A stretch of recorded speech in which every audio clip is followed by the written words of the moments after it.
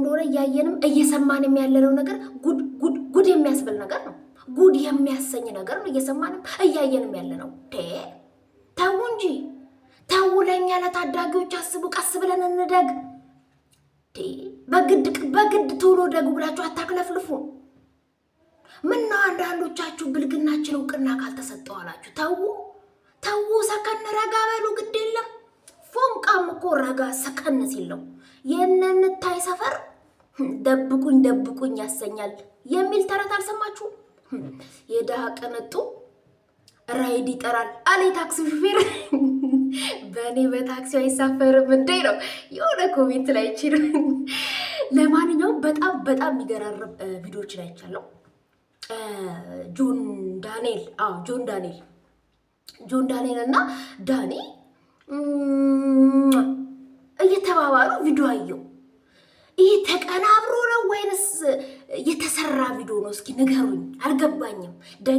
ደጋገምኩ፣ አየሁት፣ አሳለፍኩት። የምር ወዴት እየሄድን ነው? እኛ የት ሄደን እንደግ? ደበቅ ተብሎ መሰራት ያለበትን ነገር ደበቅ ብላችሁ ስሩ። ደበቅ አንልም ካላችሁ መቅረጹን አቁሙ። እኛ የት እንደግ? የት እንሂድ? የት እንደበቅ? በእናንተ ምክንያት ተው። አንዳንዴም ብልግናም ራሱ ገደብ ሲኖረው ጥሩ ነው።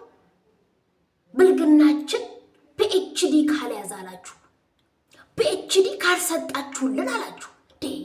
ተው፣ አረጋጉት። ፍሬን የሚባል ነገር ሊኖረው ይገባል።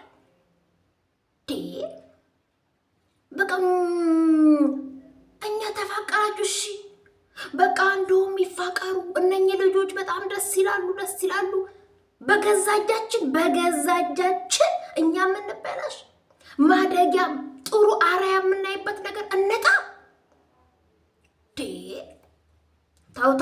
ተው አንተ ጆን ዳንኤል ተው፣ ግድ የለም እረጋ፣ ሰከን በል። ይሄ የመክለፍለፍ ውጤት ከዚህም በፊት ያሳየን ያስከፈለ ዋጋ ታውቀዋለህ።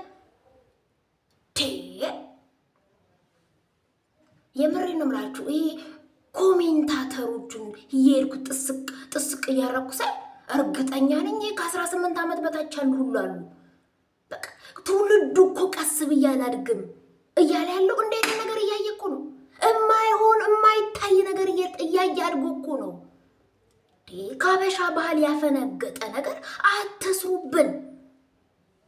ልታጣጥማት ከፈለግ ደበቅ ብላ አጣጥማት። በቃ መደበቅ አልፈልግም። እኔ ብልጥጥ ባለ ሁኔታ ነው ማጣጣም የምፈልገው። አንቺም እንዲያጣጥመኝ የምፈልገው ካልሽ አትቅረጹብን። እኛ ተመልካቾቻችሁ የምትላላጡትን ነገር ማየት አንፈልግም። በግድው ነው እንዴ? በቃ አንፈልግም። ከእንግዲህ ወዲህ ለእኛ ለታዳጊዎች ፍትህ ማለት እንፈልጋለን። እንዲህ አይነት ቪዲዮ አትፖስቱብን። አንዳንዴ በነገራችን ላይ በቃ ይብልጥጥጥጥ የምንለው ነገር እውቅና ሲሰጠው እኛም እያሻሻልን እኮ አይደለም፣ እየተንበላጠጠን ነው የምንመጣው። ራቁታቸውን መጡ እሻልን፣ ደረቱን ከፍቶ መጣ እሻልን። ኧረ ተው ግድ የለም፣ አዝራሩን ቆልፈዋል፣ አልመለሰም። እሷም እየተንበላጠጠች እምብርቷን የሙሙዬን ደረቱን እያሳየች መጣች እሻልን። ይኸው አሁን ደግሞ እዚህ አይነት ውጤት ላይ ደርሰናል። እንደነኛ አይነቱን እያረግን እያጣጠብን ካላስገባናቸው ልክ ካልገራረዝናቸው ነገ ደግሞ በቃ ጨዋታውን ማለት ዋናውን ጨዋታውን እየተጫወቱ እየቀረጹ ይለቁብናል። የሀበሻ ባህል ከናካቴው አፈነገጠ ማለት ነው። በቃ ትውልዳችን እየተበላሸ ያለው እንዲህ አይነት የተበላሸ ቪዲዮ የሚለቁትን አለመገረዛችን ነው። እየገረዝን ብንጥል በቃ ይስተካከላሉ። እኛ ኢትዮጵያኖች ደግሞ ማስተካከልም አለማስተካከልም እንችላለን። በቃ ማስተካከል አለብን ብለን ካሰብ እንደምናስተካከል ነው መነግራችሁ። የምን መንበላጠጥ ነው እንዴ? በቃ ምንድን ነው ረጋ ያለ ነገር ይሁን። ይሄ ፎንቃ ላይ ራሱ በልጠጠጠጠጠ ተላላችሁ። በኋላ ላይ ደግሞ ትቶኝ ሄደ እኮ ተበላው እኮ። ይሄ መንበር የሰው አይን በቃ የሀበሻ አይን እኮ ከባድ ነው። የሀበሻ አይን አይደለም ይሄ የምትንበላጠጡትን ነገር ቀንሱ። የሀበሻ አይን ምን አረገ? ራስን የማይደረግ ነገር እየተንበላጠጥክ ታደርጋለህ። በቃ አይን ውስጥ ገብተውን ነው፣ አይን በልቶን ነው። የምን አይን አንተን ጅብ ይበላል እንዴ? እንደናንተ አይነቶችን የምሬን እንደዚህ የምትንበላጠጡ ሰዎች ጅብ አይበላችሁ። ውጪ ብታድሩ ጅብ እንኳን የሰው አይን ጅብ አያሸታችሁ። በቃ አላችሁ የላችሁም ብሎ ራሱ ቼክ አያረጋችሁ። ተስተካከሉ፣ ተዋበሾች ተስተካከሉ። ግድ የለም እየተስተካከልን በጣም እያፈነገጥን ነው። ከባህላችን ወጥተናል። ኧረ ተው፣ ግድ የለም